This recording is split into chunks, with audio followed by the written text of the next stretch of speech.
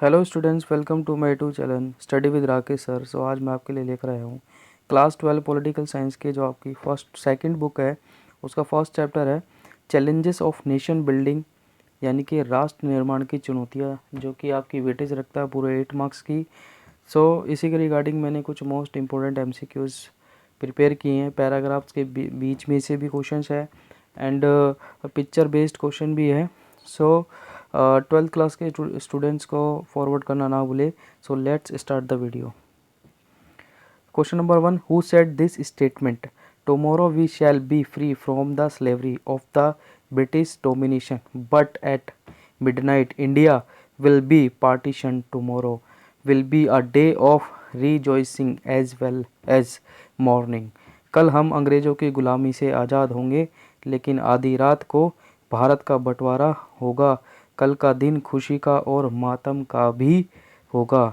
तो ये स्टेटमेंट किसने दी है? तो ऑप्शन नंबर 1 यानी कि महात्मा गांधी जी ने ये स्टेटमेंट दी थी कि मतलब जब हम गुलामी से आज़ाद होंगे, लेकिन उसके साथ साथ भारत का बंटवारा भी होगा। ऑप्शन नंबर 1 क्या होगा? करेक्ट आंसर होगा Mahatma Gandhi. Question number 2, who left government job to participate in salt satyagraha, went on a fast in 1946, demanding that temples in Madras provinces be open to the Dalits. नमक सत्याग्रह में भाग लेने के लिए जिन्होंने सरकारी नौकरी छोड़ दी, उन्होंने 1946 में यह मांग करते हुए उपवास किया कि मद्रास प्रांत में मंदिर दलितों के लिए खुले हैं। तो इसका option number 2 will be the correct answer, यानी कि पोटी श्री मालुलु। तो बेसिकली जो सबसे पहले इंडिया में बच्चों किसी स्टेट का अगर फॉर्मेशन होती है ऑन द लिंग्विस्टिक बेसिस, यानी कि भाषा के आधार पर, तो वो कौन सा स्टेट होता है बच्चों? वो होता है आंध्र प्रदेश। ठीक है। इनकी पूरी स्टोरी है सिरवालुम की, कि ये कैसे मतलब अनशन पे बैठते हैं और उसके बाद कैसे फिर इनकी डेथ हो जाती है, और फिर भारत के जो प्रधानमंत्री होते हैं वो डिक्लेयर करते हैं कि जो आंध्र प्रदेश होगा वो पहला क्या होगा, मतलब कल्चरल और लैंग्वेज के बेसिस पे फर्स्ट स्टेट बनाया जाएगा। ओके। नेक्स्ट क्वेश्चन पे चलते हैं। Question number 3, what challenges are faced by India after independence? First, shape the nation that was united. आज़ादी के बाद भारत को किन चुनौतियों का सामना करना पड़ा? पहला, राष्ट्र को आकार और एकजुट करना था। दूसरे में इंग्लिश में है, इस्टेब्लिश अ डेमोक्रेसी, यानी कि लोकतंत्र की स्थापना करना। इंश्योर द डेवलपमेंट, विकास सुनिश्चित करना।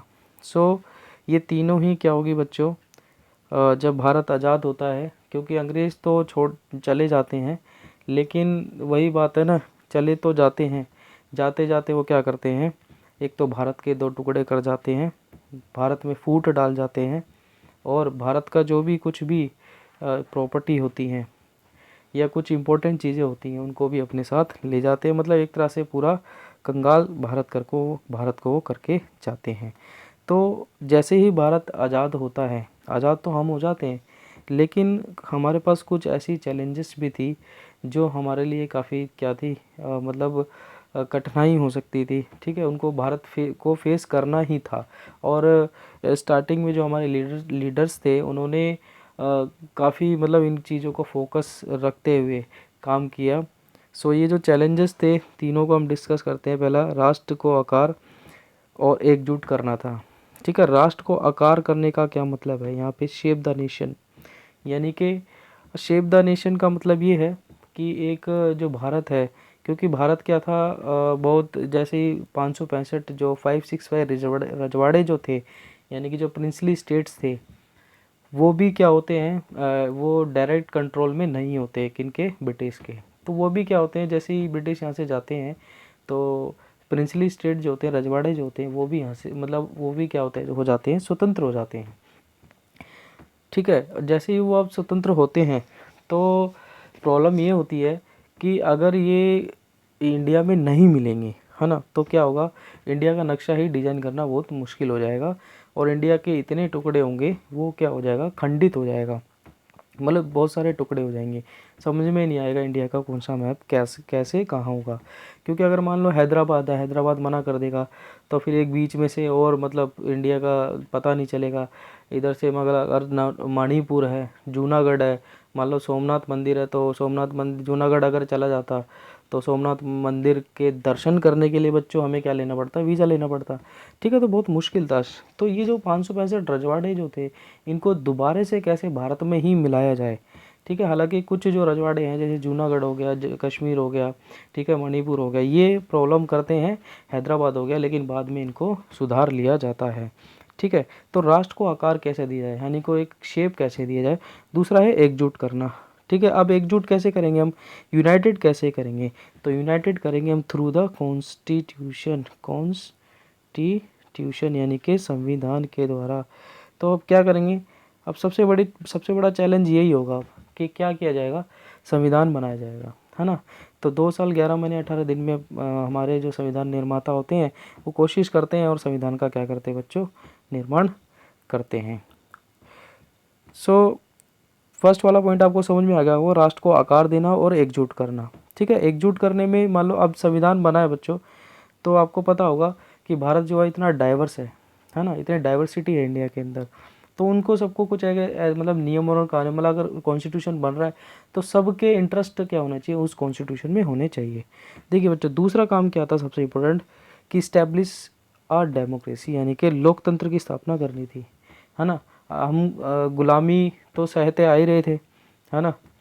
कितने सालों तक हमने मुग़लों की गुलामी सही, है ना। फिर 200 साल तक हमने क्या, 800 साल तक मतलब हमने मुग़लों की और सल्तनत की, ठीक है, इनकी क्या कही, सही गुलामी सही। उसके बाद हमने अंग्रेज़ों की 200 साल गुलामी सही।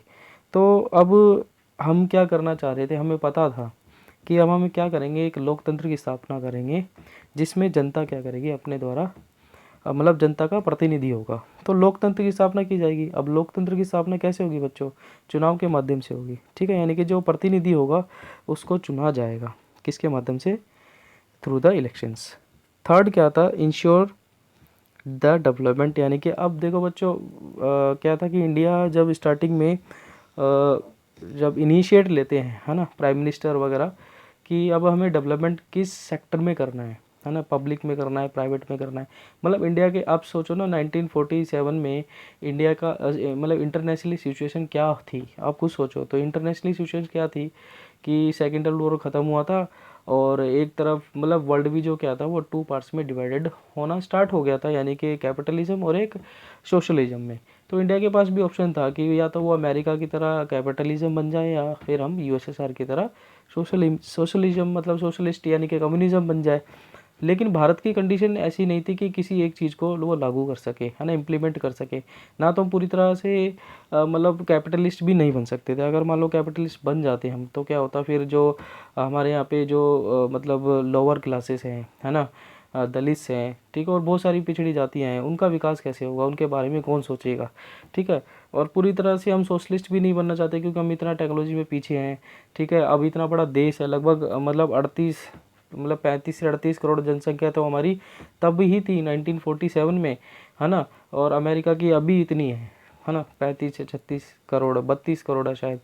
तो इतनी बड़ी समस्या थी कि लोगों को मतलब हम कृषि के ऊपर स्टार्टिंग में डिपेंड तो थे, लेकिन कुछ ऐसे सेक्टर भी करने मतलब क्या मतलब सरकार को ज़रूरत थी जो कि मतलब एक राष्ट्र को, एक देश को क्या कर सके, मजबूत बना सके by through the industry wise. ठीक है, तो दोनों को ध्यान में रखकर इसलिए भारत में क्या, कौन सी अर्थव्यवस्था इकोनॉमी अपनाई गई, वो अपनाई गई मिक्स्ड इकोनॉमी। कौन सी, मिक्स्ड, जिसको क्या बोलते हैं, मिश्रित, यानी कि दोनों सेक्टरों में क्या किया, ध्यान दिया गया। ठीक है, चलिए, तो क्या होंगे, option number 2 will be the correct answer बच्चों, कि क्या होगा,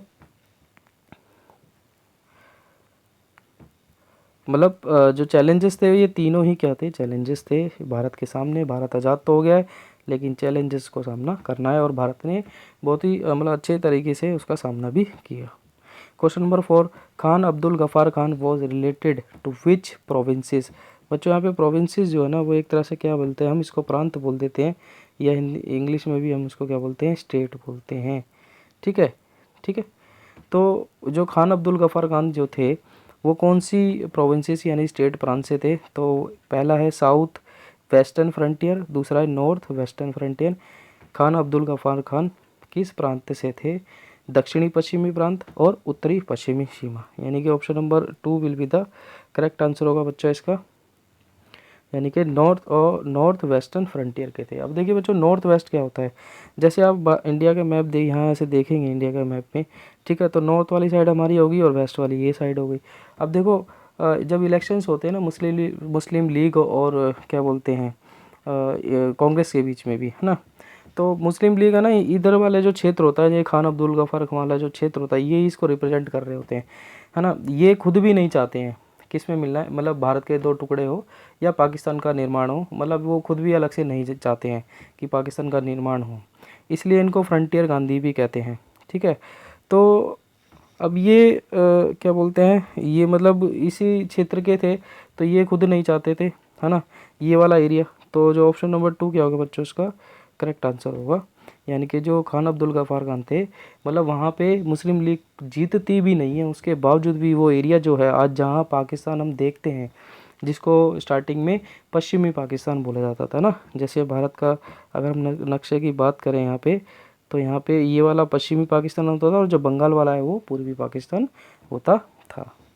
चलिए, तो option number 2 will be the correct answer. Question number 5, which 2 states of India was partition, यानी कि जब ये निर्णय लिया गया, ये डिसीजन लिया गया कि पाकिस्तान को हम कौन से क्षेत्र या एरिया या रीजन देने वाले हैं, तो एक तो था पश्चिमी पाकिस्तान, दूसरा था पूर्वी पाकिस्तान। ठीक है, तो अब पश्चिमी पाकिस्तान जो होगा, अब क्वेश्चन हमारा यही है कि कौन से जो स्टेट थे, यानी कि कौन से जो राज्य थे जो कि अलग हुए, यानी कि जिनसे अलग किया गया, यानी कि जिनसे पाकिस्तान का निर्माण किया गया। तो वो ऑप्शन नंबर क्या होगा बच्चों को देखते हैं, बंगाल एंड गुजरात, सेकंड है बंगाल एंड पंजाब। ठीक है, यानी कि भारत के किन दो राज्यों का विभाजन हुआ, एक तरह से कहें तो बंगाल और गुजरात का और बंगाल और पंजाब का। तो ऑप्शन नंबर 2 क्या होगा बच्चों, करेक्ट आंसर होगा बंगाल और पंजाब का।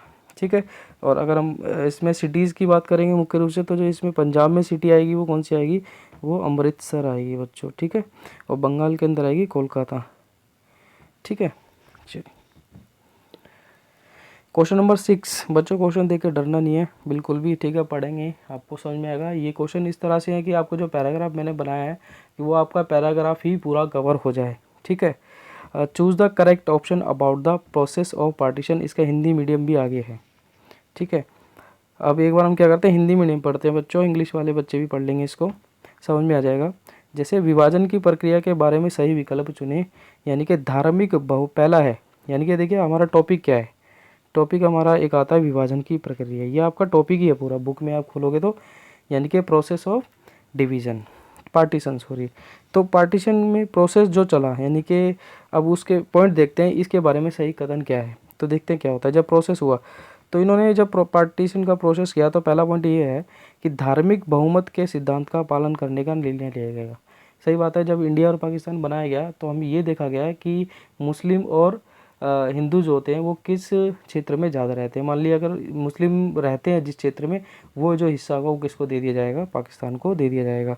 लेकिन सबसे बड़ी बच्चों समस्या क्या थी, अगली समस्या दूसरा जो ऑप्शन है वो यही थी कि ब्रिटिश भारत में मुस्लिम बहुल क्षेत्रों की एक भी पट्टी नहीं थी और कुछ मुस्लिम नेता और लोग पाकिस्तान में शामिल नहीं होना चाहते थे। सही बात है, मतलब पूरे भारत के अंदर आप ये थोड़ी बोल सकते, मतलब मुसलमान जो थे भारत के अंदर पूरा सभी राज्यों में रहते थे, तो सिंगल लाइन तो थी नहीं कि भाई पंजाब के अंदर बहुत सारे मुसलमान रहते हैं कि या बंगाल के अंदर मुसलमान रहते हैं, है ना। तो ऐसा तो था नहीं कि भाई, या फिर जो सिंध है वहाँ पे रहते हैं। ठीक है, तो एक भी लाइन ऐसी नहीं थी। और जो जैसे खान अब्दुल गफ़ार खान है ना, वो नेता जो थे फ्रंटियर जो मतलब नॉर्थ वेस्टर्न के, है ना, वो भी नहीं चाहते थे कि वो पाकिस्तान बने। ठीक है, वो खुद उनके पक्ष में नहीं थे, तो ये बात भी सही है। यह निर्णय लिया गया कि नए देश पाकिस्तान में पश्चिमी और पूर्वी पाकिस्तान के दो क्षेत्र शामिल होंगे, ये बात भी ठीक है कि एक तो बनेगा ईस्ट पाकिस्तान और दूसरा क्या बनेगा, वेस्ट पाकिस्तान। ठीक है, एक ईस्ट बनेगा एक वेस्ट पाकिस्तान बनेगा, कोई भी सिंगल बेल्ट नहीं होगी, आपको ये समझ में आ गया होगा। ठीक है, और उसके बाद थर्ड है ये हो गया, ठीक है। फोर्थ है, आज़ादी के दिन बड़ी संख्या में पॉप लोगों को पता नहीं था कि भारत में है या पाकिस्तान में है। यहाँ पोप बच्चों गलत है, पोप नहीं होगा ये, ठीक है। अब देखो बच्चों, प्रोसेस के टाइम हुआ क्या बेसिकली, एक बार इसको हिंदी में भी देखते हैं बच्चों, इंग्लिश में सॉरी, कि लार्ज नंबर ऑफ पॉप, यहाँ पे पॉपल नहीं पीपल, ये गलती है, ये पीपल यहाँ पे, ठीक है, उसका ट्रांसलेट हिंदी हो गया। तो large number of people did not know on the day of independence whether there were in India और पाकिस्तान। देखिए बच्चों, कैसी परिस्थिति होगी उस दिन, मतलब पार्टी हो रहा है और 14-15 अगस्त को 14 की जो रात्रि होती है, जो मिडनाइट होती है, उसमें जवाहरलाल नेहरू क्या बोलते हैं, क्या करते हैं, स्पीच दे रहे होते हैं अपनी, है ना। और यहाँ तो नेहरू जी स्पीच दे रहे होते हैं दिल्ली में, और उसी समय पे महात्मा गांधी जी कहाँ होते हैं, वो होते हैं कोलकाता में, बंगाल में होते हैं। क्यों? क्योंकि उसी टाइम में क्या होता है, कम्युनल दंगे शुरू हो जाते हैं, ठीक है। तो ये जो प्रोसेस था ना बच्चों, ये के चारों ऑप्शन क्या है, ठीक है, यानी कि ऑप्शन नंबर 2 क्या होगा, करेक्ट आंसर होगा, ठीक है। इंग्लिश में देखते हैं, option number 2 will be the correct answer. जब हुआ बंटवारा, तो ये सारी चीज़ें उस समय पे हो रही थी। Question number 7, choose the correct option about the consequences of partition, यानी कि पार्टीशन जब हुआ उसके रिजल्ट क्या हुए। तो रिजल्ट तो बच्चों आपको समझाने की ज़रूरत ही नहीं है, गदर मूवी भी आपने देखी होगी, ठीक है। तो एक बार पढ़ते हैं हम कि जब विभाजन के परिणाम के बारे में सही विकल्प चुनना है आपको, कौन कौन से हैं, ठीक है। तो सीमा के दोनों तरफ धर्म के आधार पर हत्याएं और अत्याचार होंगे, सही बात है, क्या होंगे बच्चों, हत्याएं और अत्याचार होंगे। सीमा के दोनों तरफ और से अल्पसंख्यक अपने घर भाग गए और अक्सर शरणार्थी शिविरों में अस्थायी आश्रय प्राप्त कर लिया, ठीक है।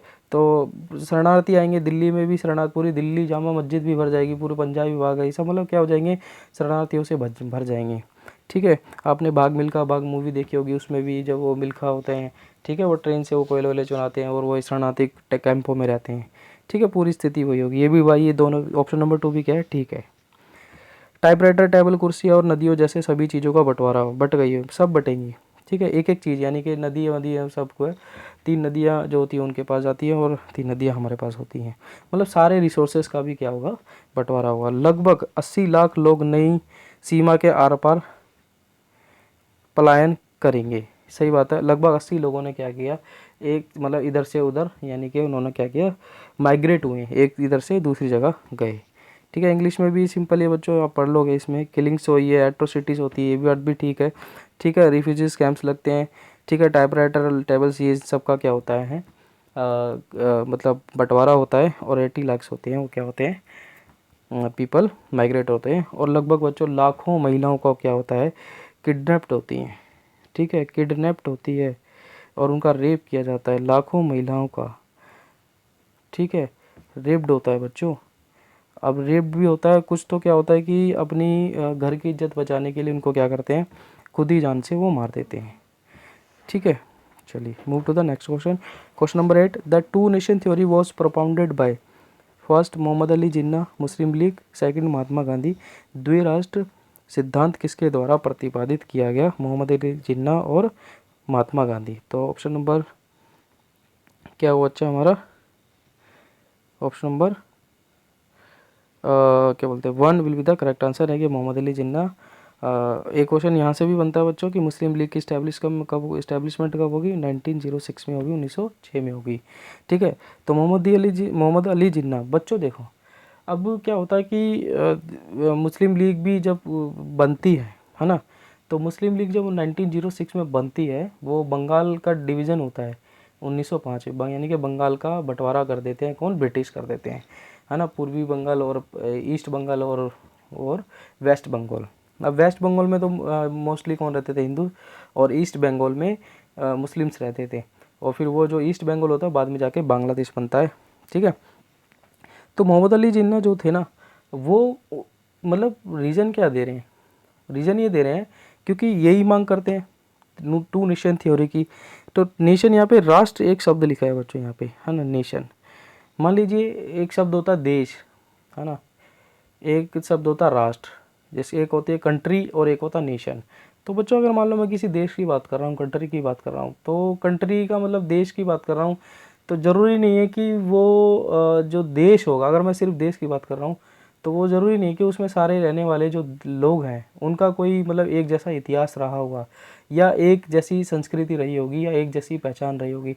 मान लीजिए मैं क्या करता हूँ, एक बाउंड्री बना देता हूँ, ठीक है, और उसको देश बना देता हूँ, तो वो एक देश हो सकता है, सही बात है। लेकिन जब मान लो जो अगर हम राष्ट्र की बात करते हैं, तो राष्ट्र की बात जब हम करते हैं, राष्ट्र हम कभी यूज़ करते हैं, जैसे मान लो यहूदीज़ जो होते हैं ना, यहूदीज़ का कोई मतलब अब उनकी पहचान अलग है, संस्कृति अलग है, तो लेकिन उनके वो किसी ना किसी देश में तो रहते हैं, लेकिन एक राष्ट्र की बात करेंगे तो उनका कोई राष्ट्र या नेशन नहीं होगा, है ना। जैसे अब तो इजराइल है ना। तो मोहम्मद अली जिन्ना भी यही कहते थे कि भारत के अंदर भी है ना दो नेशन रहते हैं, दो पहचान रहती है, दो संस्कृति रहती है जो टोटली क्या है, डिफरेंट है। एक कौन है, मुस्लिम और एक है हिंदू। तो ये ऐसे क्या देते हैं, फैक्ट देते हैं, मतलब तर्क देते हैं अपने बारे में।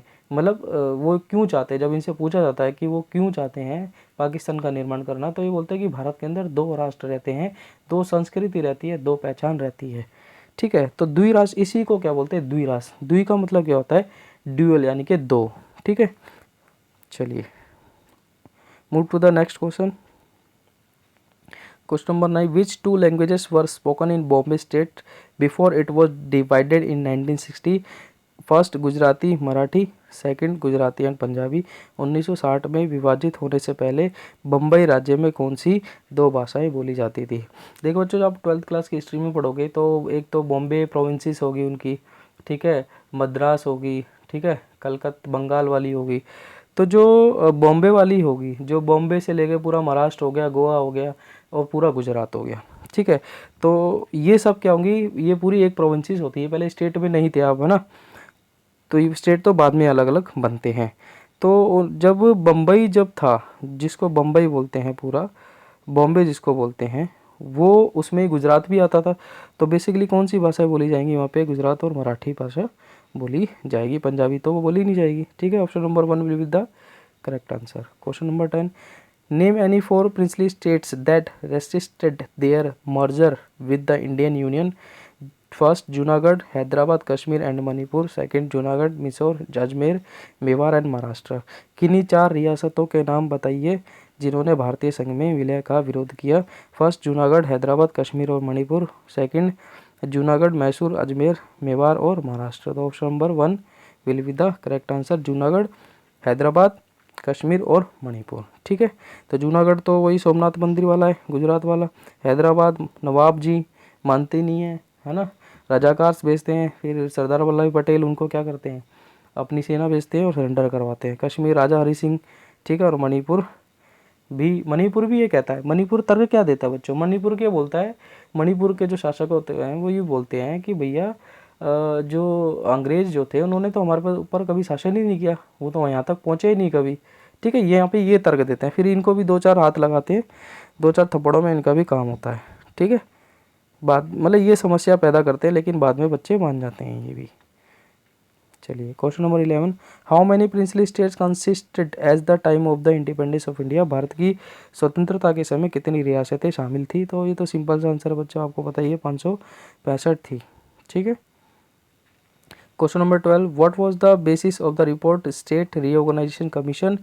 States will be formed on the basis on the religion, states will be formed on the basis of the language and cultural, ठीक है। तो आपको देखिए, एक जब अभी हम बात कर रहे थे ना बॉम्बे की, मद्रास की, कलकत्ता की, यानी कि बंगाल के नवाब होते हैं ऐसे, है ना। तो ये 3 प्रोविंसेस इम्पोर्टेंट मतलब मुख्य रूप से थी। तो उस समय स्टेट तो बना नहीं था, अब आंध्र प्रदेश पहला स्टेट बनेगा जो भाषा के आधार पे बनेगा, ये क्वेश्चन ये भी हो सकता है, ठीक है। तो अब जब आंध्र प्रदेश बनता है ना वो जो 1952 में, तो क्या होता है कि उस समय पे क्या करते हैं, एक ये बनाई जाती है जिसको क्या बोलते हैं, स्टेट रीऑर्गेनाइजेशन कमीशन, ठीक है, सरकार के द्वारा। तो ये जब ये जब स्टेट रीऑर्गेनाइजेशन कमीशन जिसको बोलते हैं राज्य पुनर्गठन आयोग जब बनाई जाती है, तो ये मतलब इसका देखो नाम ही क्या, राज्य पुनर्गठन, यानी कि राज्य का दोबारा गठन करना है, इनके दोबारा बनाना है। यानी कि अब जो वो गठन राज्य बनाना है, मतलब आंध्र प्रदेश बना तो वो अपनी संस्कृति की वजह से बना और भाषा के द्रविडियन की वजह से बना, है ना, द्रविडियन जो है। तो अब मान लीजिए अगर पंजाब का बनना है, हिमाचल का बनना है, मतलब किसी का भी बनना है, तो उसके लिए उन्हें कमीशन बना दिया। तो इसने बोला कि अगर अब ये कोई भी राज्य बनेगा, वो किसका आधार क्या होगा, उसका मतलब क्या होगा, किस वजह से बनेगा। तो इसके दो ऑप्शन है, आप बताइए। पहला है धर्म के आधार पर राज्य बनेंगे या भाषा और संस्कृति के आधार पर। तो अब तक आप समझ चुके होंगे, अगर आप मुझे ठीक से सुन रहे हैं तो option number 2 will be the correct answer. यानी कि जो भी स्टेट बनेगा वो एक लैंग्वेज के बेसिस पे बनेगा, दूसरा कल्चरल की बेसिस पे बनेगा। ठीक है। तो स्टेट जो ये कमीशन बनाया गया ना सरकार के द्वारा कि अब जितने भी राज्य बनेंगे उनका आधार क्या होगा, उनका बेस क्या होगा, तो बेस क्या होगा, language and cultural. Question number 13, whose speech was known as tryst with destiny. First MD यानी कि Mohammad Ali Jinnah and second is Jawaharlal Nehru. तो किसके भाषण को भाग्यवधु से चिर प्रतिष्ठित के साथ प्रयास के रूप में जाना जाता है। तो आपको सिंपल सा पता है बच्चों, option number 2 will be the correct answer. तो जब 14-15 अगस्त के रात्रि को जो ऐतिहासिक भाषण जब देते हैं कौन, हमारे पहले प्रधानमंत्री, उसके जो भाषण का नाम होता है वो क्या होता है, ट्रेस्ट विद डेस्टिनी होता है। ठीक है। Question number 14, name the movement which demanded the separate provinces of Andhra Pradesh. ठीक है। यानी कि अब देखिए पहला जो राज्य बनता है भाषा के आधार पे, लैंग्वेज के बेसिस पे, ठीक है, तो वो कौन सा बनता है, आंध्र प्रदेश। अब आंध्र प्रदेश जो बनता है उसके एक मूवमेंट होता है उससे पहले। ठीक है। तो वो मूवमेंट कौन सा होता है आपको बताना है। फर्स्ट है द विशालंद्रा मूवमेंट, सेकंड है चिपको मूवमेंट। तो उस आंदोलन का नाम बताइए जिसने आंध्र प्रदेश के लिए अलग प्रांत की मांग की थी। तो पहला है विशालंद्रा आंदोलन, दूसरा है चिपको आंदोलन। तो ऑप्शन नंबर 1 क्या होगा, करेक्ट आंसर होगा। चिपको आंदोलन तो किससे रिलेटेड है बच्चों, एनवायरमेंट से रिलेटेड है। ठीक है। तो क्या होगा, option number 1 will be the correct answer, Vishalandhra आंदोलन। Question number 15, who is known as iron man of India. Bharat के लौह पुरुष के रूप में किसे जाना जाता है। आपको पिक्चर दिख रही होगी, सरदार वल्लभ भाई पटेल एंड जवाहरलाल नेहरू। ठीक है। तो सरदार वल्लभ भाई पटेल यानी कि ऑप्शन नंबर 1 जो है 1 है वो क्या होगा, करेक्ट आंसर होगा सरदार वल्लभ भाई पटेल। ठीक है। 3000 करोड़ से इनकी प्रतिमा भी बनाई गई है, कहाँ पर, गुजरात में। ठीक है। तो बच्चों देखिए आयरन मैन अगर हम इसकी बात करें, इनके ऊपर चर्चा कर सकते हैं, कोई ऐसी बात नहीं है। ठीक है। तो 565 जो रजवाड़े थी ना बच्चों, अभी हमने पीछे डिस्कस किया है, देखिए वो भी आज़ाद हो जाते हैं एक तरह से। जो ब्रिटिश होती है, गवर्नमेंट होती है, वो क्या बोलती है कि अब ना भारत तो आज़ाद है ही, जिस पे हम शासन कर रहे हैं और जिस पे राजा जो शासन कर रहे हैं, जिनको रजवाड़े बोलते थे, प्रिंसली स्टेट्स बोलते थे, अब वो भी क्या हो गए, फ्री हो गए। तो उनकी मर्जी है वो भारत में मिले या पाकिस्तान में मिले। तो भैया उनको सभी को भारत में मिलाना मतलब बहुत मुश्किल हो जाता ना, मतलब जूनागढ़ अलग चला जाता, मणिपुर है ना, हैदराबाद, मतलब कितने वो बनेंगे, इंटरनेशनल बॉर्डर बन जाते हैं भारत का, तो नक्शा ही बिगड़ जाता। तो इस भाई साहब को हमें बहुत बहुत धन्यवाद करना पड़ेगा। ठीक है। जिन्होंने भारत को इतना मतलब खंडित नहीं होने दिया, अखंड बनाने का प्रयास किया। इसलिए इनको क्या बोला जाता है, लौह पुरुष के, क्योंकि ये डिसीजन ऐसे होते थे इनको लौह पुरुष इनकी शक्ल से देख के नहीं है भाई।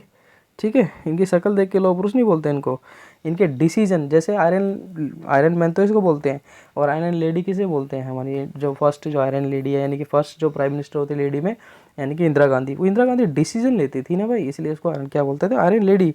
तो ऐसे ये डिसीजन लेते थे। अगर मान लो बंगाल सॉरी हैदराबाद के नवाब नहीं मान रहे तो क्या करेंगे, क्या करें, मतलब वो रजाकार भेज देते हैं नॉन मुस्लिम्स को मारने, यानी कि हिंदुओं को मारने के लिए या दूसरों को मारने के लिए। हैदराबाद में इतनी हिम्मत होती है उसकी नवाब की। फिर ये भाई जो हमारे पहले जो होम मिनिस्टर भी इनको कहते हैं, ये मतलब हमारे, और क्या बोलते हैं, हमारे होम मिनिस्टर के साथ साथ हमारे क्या होते हैं, उप प्रधानमंत्री भी, डिप्टी प्राइम मिनिस्टर भी होते हैं। ठीक है। तो ये फिर क्या करते हैं, उनको आड़े हाथ लेते हैं, फिर लेते हैं उसको ढंग से, अपनी फोर्सेस भेजते हैं, फिर नवाब जो होता है फिर वो शांति से अपने सरेंडर कर देते हैं वो। ठीक है। तो डिसीजन की वजह से क्या बोला जाता है, इनको लौह पुरुष बोला जाता है। सो आपके आज 15 क्वेश्चन है। नेक्स्ट वीडियो में आपको लेकर आऊँगा, उसके में भी और कुछ और क्वेश्चन है इस चैप्टर के रिगार्डिंग। सो सेकंड जो वीडियो है उसका थोड़ा सा वेट करेंगे। And thanks for watching, don't forget like, share, comment and subscribe. और चैनल ये जो वीडियो 12th क्लास के स्टूडेंट को जरूर से ज़रूर फॉरवर्ड करते रहे। Thank you so much.